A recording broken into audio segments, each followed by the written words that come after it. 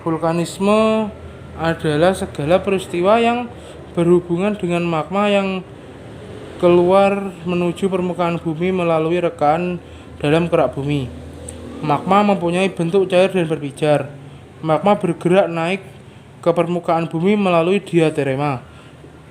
Diaterema yaitu adalah saluran yang mirip seperti pipa. Magma jika sudah keluar ke permukaan bumi bisa disebut dengan lava. Macam-macam vulkanisme.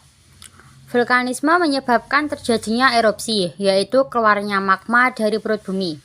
Proses erupsi disebut juga dengan letusan gunung berapi. Secara garis besar, erupsi dibagi menjadi dua, yaitu erupsi eksplosif dan erupsi efusif. Yang pertama, erupsi efusif. Erupsi efusif adalah vulkanisme yang terjadi ketika magma yang sangat panas dengan viskositas atau kekentalan yang rendah keluar dari dalam bumi. Magma yang cair atau yang tidak terlalu kental membuat gas terlarut dapat keluar dengan mudah. Kandungan gas dalam erupsi efusif juga tidak terlalu banyak, sehingga magma mengalir keluar tanpa menimbulkan ledakan yang besar. Sehingga erupsi efusif kerap disebut sebagai lelehan lava. Karena tidak menimbulkan ledakan yang besar, erupsi efusif membentuk gunung api yang landai.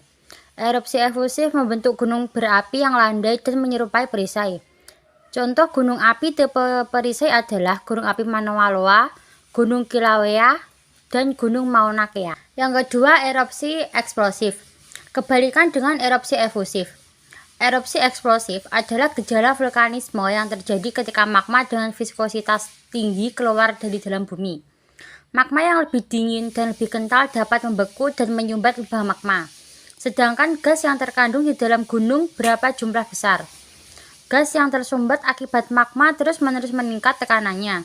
Ketika tekanan makin tinggi, sumbatan tersebut pecah menjadi fragmen prikolastik, menimbulkan ledakan atau letusan gunung berapa yang dahsyat.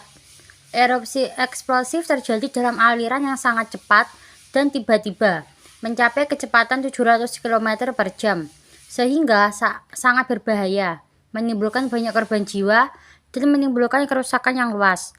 Erupsi eksplosif menghasilkan gunung berapi yang curam, menyerupai kerucut atau yang disebut sebagai gunung api tipe strato. Contoh gunung api tipe strato yang dihasilkan erupsi eksplosif adalah Gunung Semeru, Gunung Merapi, Gunung Merbabu, Gunung Fuji. Suatu gunung juga bisa memiliki kedua tipe erupsi. Erupsi efusif dan eksplosif menghasilkan tipe gunung berapi mar yang tidak terlalu curam dan memiliki kawah besar. Contohnya Gunung Api Mar adalah Gunung Lamongan, Gunung Gamalama, dan Gunung Dieng. Dampak vulkanik terhadap lingkungan. Yang pertama ialah dampak positif. Gunung api membentuk suatu kerucut raksana yang mempengaruhi keadaan cuaca dan iklim sekitarnya, sehingga membuat tanah akan menjadi sangat subur. Karena itu, batuan dan mineral yang membentuk komposisi tanah gunung api sangat dibutuhkan oleh tumbuh-tumbuhan. Selain itu, air bermanfaat sebagai sumber kehidupan bagi semua makhluk hidup yang ada di permukaan bumi. Dengan banyak mata air di sekitar gunung api dan lebatnya hutan dan tumbuh-tumbuhan lainnya akan membentuk suatu lingkungan yang sejuk. Maka dari itu, dengan keberadaan suatu gunung api akan menghasilkan hutan alam sehingga menghasilkan hasil hutan yang melimpah, serta segala isinya berupa makhluk hidup sebagai sumber daya flora dan fauna, serta bahan galian yang membentuk gunung api tersebut. Dan yang kedua ialah dampak negatifnya. Letusan gunung berapi dapat memberikan dampak positif dan juga dampak negatif bagi kehidupan dan lingkungannya. Bahaya bencana dan letusan gunung itu memiliki akibat langsung dan tidak langsung dan dapat berakibat fatal. Bahaya langsung ialah bahaya yang ditimbulkan oleh zat yang dikeluarkan di dalam gunung berapi tersebut. Daerah rawan bencana yang akan terlanda oleh pengaruh langsung ini mencakup daerah sekitar puncak atau dalam kawah dan berkembang ke daerah lainnya di sekitar kawah. Dengan jangkauan yang di London dapat lebih dari 10 km. Di sisi lain, erupsi abu vulkanik itu pada saat erupsi mengancam keselamatan penerbangan karena abu tersebut dapat mempengaruhi jarak pandang pesawat. Vulkanisme. Penelitian mengenai mekanisme erupsi Gunung Semeru juga pernah dilakukan oleh Masato Iguchi dan kawan-kawan pada tahun 2005.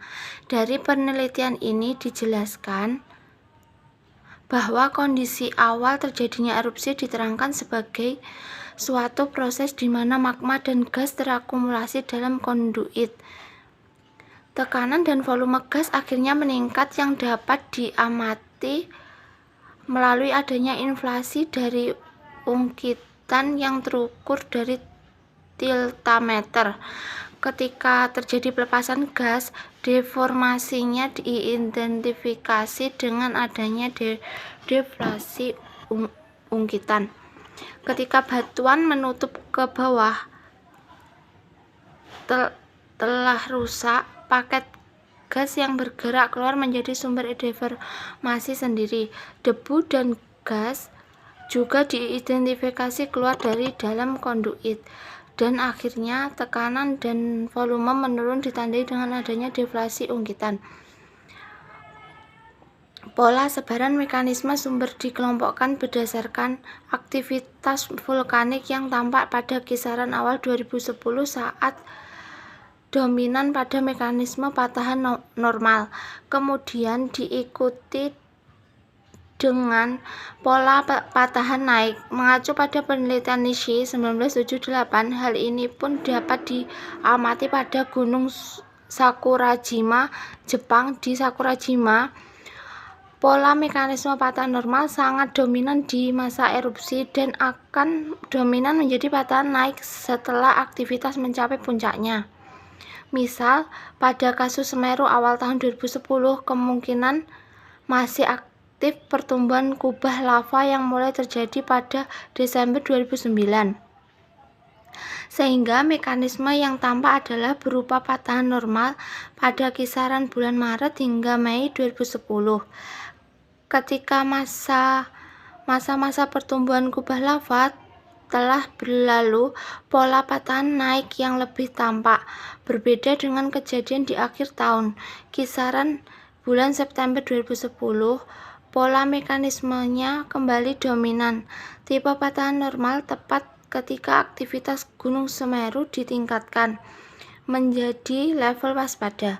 Dari hasil ini dapat dilihat sedikit kemiripan antara Gunung Semeru dengan Gunung Sakurajima di Jepang dari segi pola mekanisme gempa dan kaitannya dengan